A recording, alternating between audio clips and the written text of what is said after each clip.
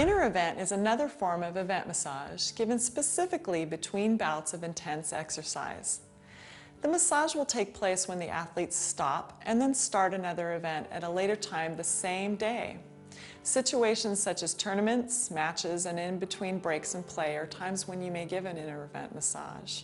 The goal of inter-event massage is to bring a body back to normal or homeostasis as quickly as possible. We need to use massage strokes to flush metabolic waste from the tissues and keep muscles loose. Inter-event massage can be a bit tricky. You really have to listen and gather information from the athlete to give them the best possible treatment. Their next competition depends on it. Your treatment plan will depend on 3 things. Make sure that you ask the athlete for this information. What event did you just do? This gives you an idea of how exhausted the muscle tissue might be. For a long endurance event, flush the tissues, then lightly stretch the athlete. For a high intensity activity such as a sprint, you should flush the tissues to get rid of excess metabolic waste. The stroke you would use for this is compressive effleurage. In this case, don't overstretch the muscle. An overstretched muscle will have a negative effect if an athlete needs explosive quickness for their upcoming competition. How are you feeling right now? The answer to this question will tell you not only where to work, but also which strokes to use. If the athlete gives you an answer that refers to a tight muscle group, you'll need to flush the tissue with compressive effleurage, then lightly stretch the area. If the athlete tells you, "I'm fatigued," you'll need to flush the main muscle group, then use deep compression to bring in fresh blood supply and energy to the tissues. The third question is, when is your next event? You'll need to know whether to help cool down or invigorate the muscles. If the next event starts in 30 to 60 minutes, you'll need to use pre-event techniques. If the athlete has hours before their next competition, use post-event strokes. Matches and tournaments take place throughout a whole day. The athlete will expend a great amount of energy, then rest, only to start up again needing to perform at full effort. You will need to revive muscle tissue and take care of any tension in the body. Here we have our tennis player, and she's just come off of a match. Again, this is going to be a quick 2 to 3 minute treatment. First, we want to go ahead and compress the tissues to bring fresh blood to the area and re-energize that muscle with oxygen and fresh nutrients. Notice that I'm neither going too fast or too slow on this technique. And then you want to go ahead and do some compressive effleurage to help flush that tissue out. Again, pushing straight down, contacting the tissues, and pressing up into the area. Again, we make 3 passes. And then we'll move along to the hip flexors, the tensor fasciae lata. So what we'll do again is using our fist, come in from the side and do direct compression. Again, bringing blood to the area and getting new, fresh oxygen and nutrients to the area. And give a little twist. Helps broaden the tissues a little bit.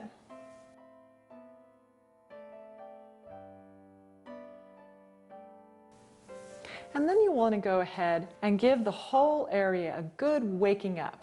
So how do we do that? We do that with circular friction, where I keep contact with my body and I circular motions on the leg. Again, you can do this both sides. Very invigorating. At this point, you want to avoid any tapotement, which can cause muscle cramping in an exhausted muscle. Create some hyperemia, and then move on to the upper body. A tennis player will be generally doing horizontal adduction and abduction, say like a forearm stroke or a backhand stroke.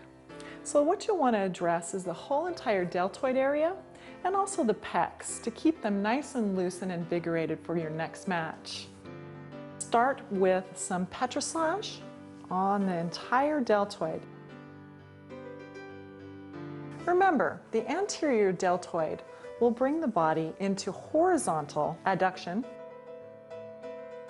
and the rear deltoid will bring it into horizontal abduction, as in a backhand. Do some nice compressions on this area. Anterior deltoid here. Go ahead and cross your arm over and do posterior deltoid.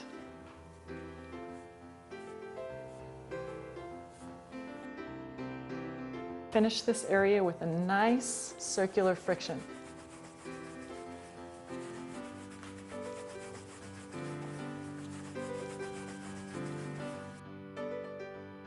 Next, we'll address tight pectoral muscles from serving action and also forearm. So again, we start with direct compression from the sternum towards the insertion site on the humerus.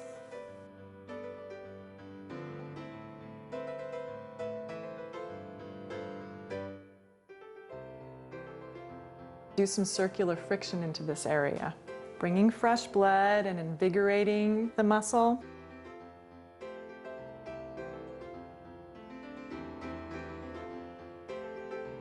All the way out to the insertion site.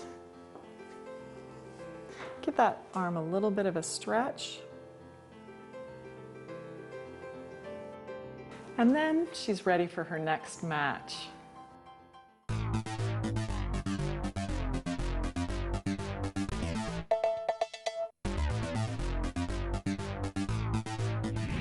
Post-event massage is done after an event or training. We are assisting the athlete's recovery process by increasing the metabolic exchange, increasing circulation, which brings a fresh blood supply to ischemic tissue, by maintaining flexibility and relaxing the muscles.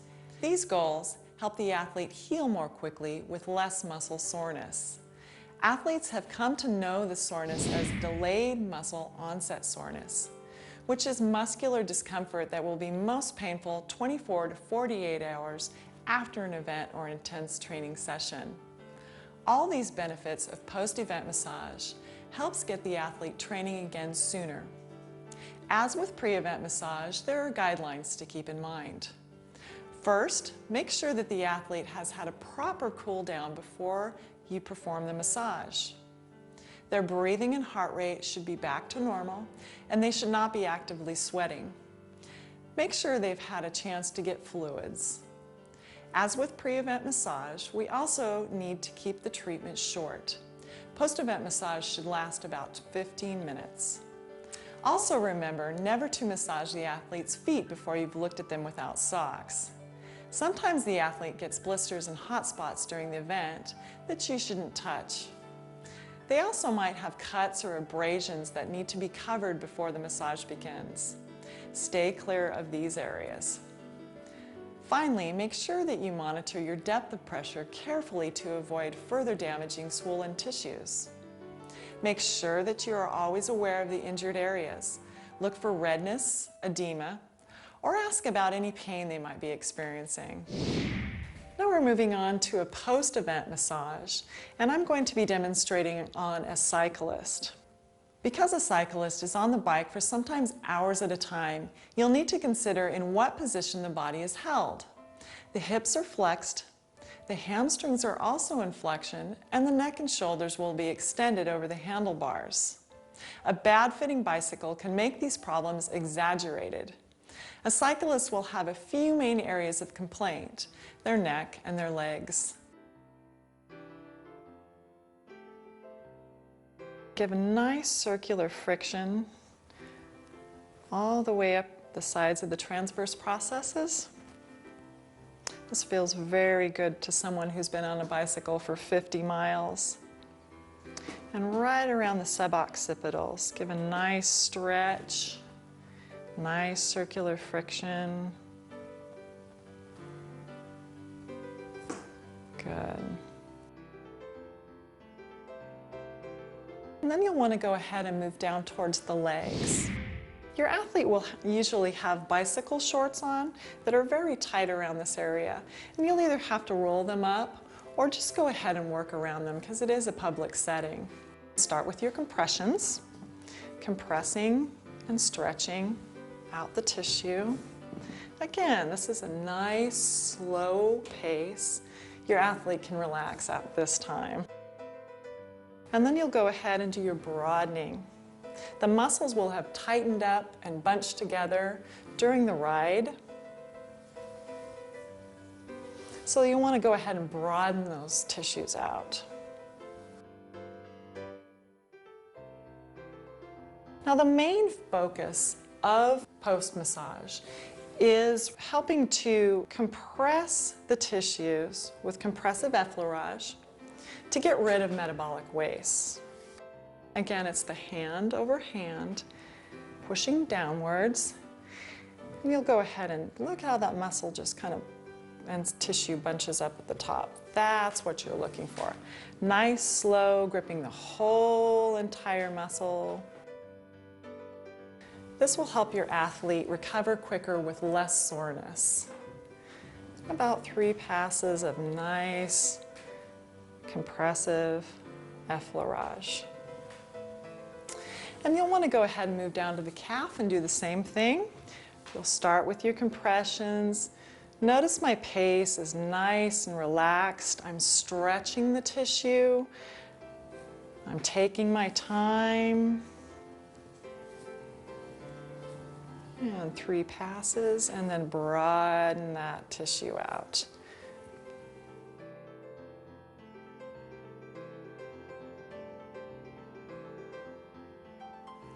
And then again, start your compressive effleurage. Tighten clear around that Achilles tendon, and you'll really have to cup your muscle. Nice and slow, lighten up a little bit over the knee so that you're not putting pressure over the joint. Good. And then I usually go ahead and just give the whole entire leg a good compressive effleurage. This is your main focus on post-event massage, is getting that compression to work with the athlete.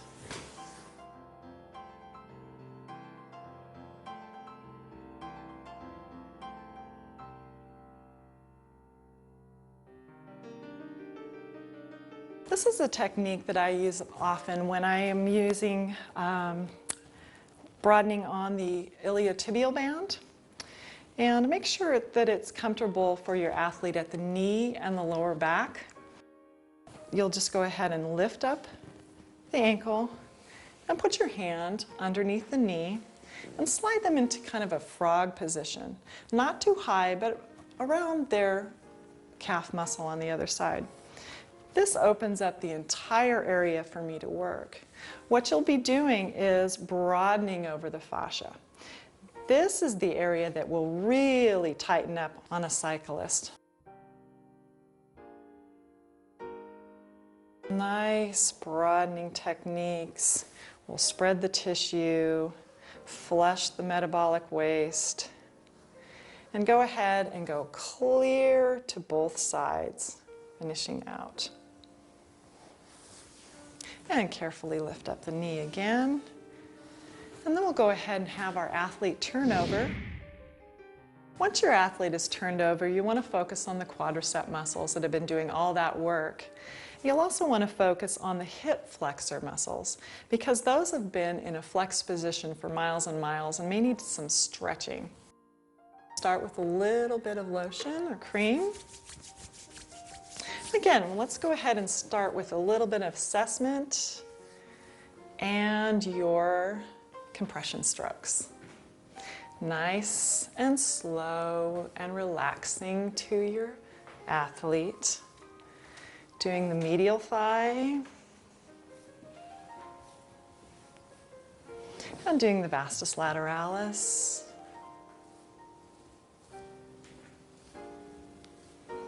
And then you'll go ahead and move into your spreading broadening technique. Again, moving clear over both the vastus medialis and the vastus lateralis. Spreading that tissue.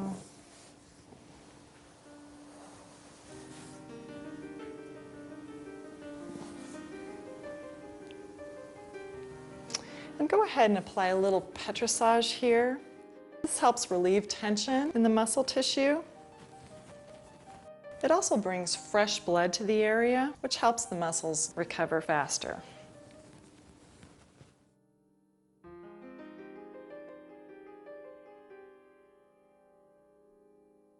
Start in with your compressive effleurage, again encircling and surrounding the muscle tissue.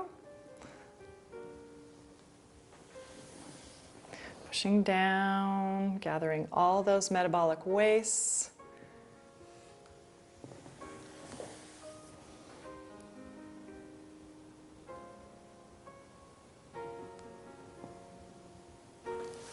Okay.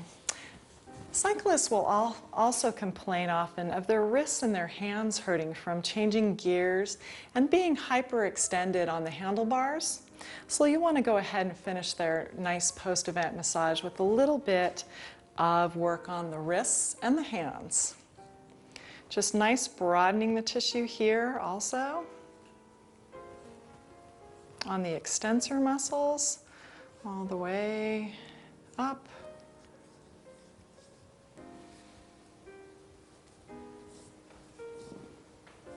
You can also perform compressive effleurage with one hand on these muscles. You'll go ahead and take one hand and push all that metabolic waste up, surrounding the extensor muscles.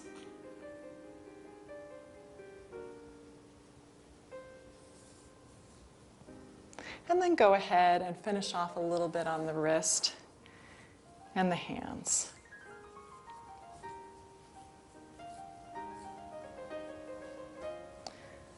And you'll move to the other side, and your athlete will be cooled down and feeling much better. And start off on the lower back, and I'll go ahead and give some compressions.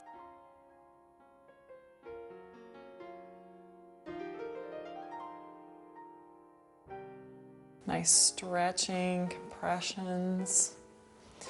Now this rhythm is going to be a lot slower than your pre-event massage.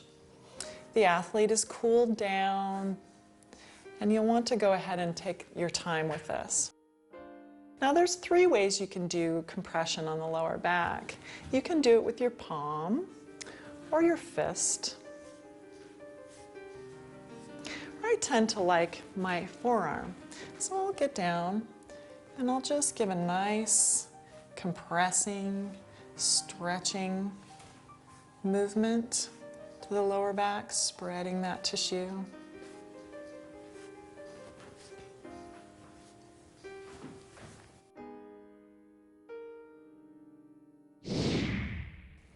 As you know, cramps are usually intensely painful and come on quickly. It's important to know what to do in case an athlete gets a cramp while on your table before it actually happens. The exact cause of cramping is unknown, but the most popular theories are dehydration, muscle fatigue, and mineral electrolyte imbalances. There is an order of things to do when you handle cramps. The first thing you'll ask is, what can I do to help? Would you like me to help, Donna? And if she says yes, I'll go ahead and try the very first thing, which is direct compression. What this does is interrupts the nerve signal to the muscle. So you want to go ahead and just grab it right where she's contracted and just hold it for about 10 to 15 seconds. Release and rub it out. And if that doesn't help, you'll go ahead and try the next step, which is reciprocal inhibition. So what we're going to do is try contracting the opposite muscle. Push down on my hand. This will contract the tibialis anterior as she pushes into my hand. Hold that for about 10 to 15 seconds and then go ahead and release. What that does is it gives a signal to the cramping gastroc and soleus to relax. The Tissue is tender at this time because it's just slid together and cramped. So you'll go ahead and use a little less pressure, just lightly going over the tissue and flushing that out. And then you'll make sure and remind your client, once they get off the table, to ice this area because it's going to be very sore. Now, if I was to go through all of those steps to relieve the cramp, and Donna was to cramp up a second time, I would go ahead and say that she needs to rehydrate. I would help her off the table and tell her to walk around a little bit, rehydrate, and then try back again another time.